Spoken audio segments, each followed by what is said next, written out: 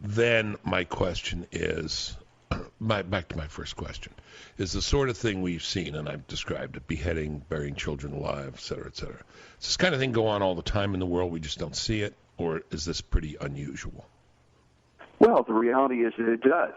There are far more people who are beheaded by governments, for example, like Saudi Arabia, and other countries who nominally or perhaps more than nominally adhere to Muslim teaching. And the idea of beheadings and stonings and even setting people on fire is totally consistent with Muslim teaching. And this is one of the problems within the Muslim world. We think we're the only ones who are politically correct.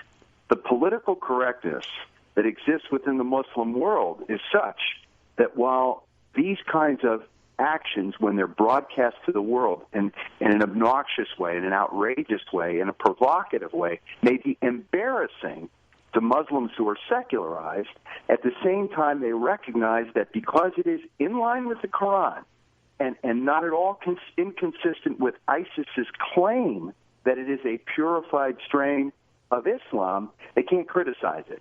That's the political correctness. The pushback against ISIS from within the Muslim world isn't just because there's death and destruction of Muslims killing Muslims. It's because the leaders themselves are threatened. It's because Jordan recognizes that the kingdom is imperiled.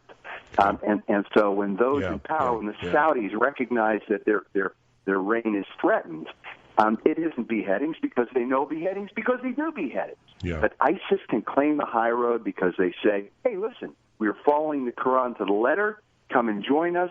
And it freezes devout Muslims who say, well, they kind of are. Yeah, okay.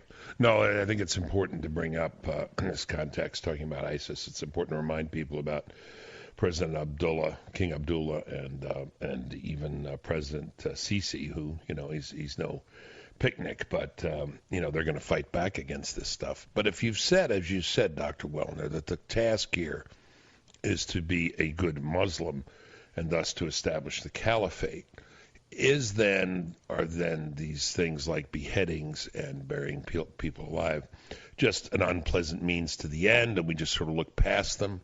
Or is there any appeal per se in these things to the young, unhinged, or even not unhinged male?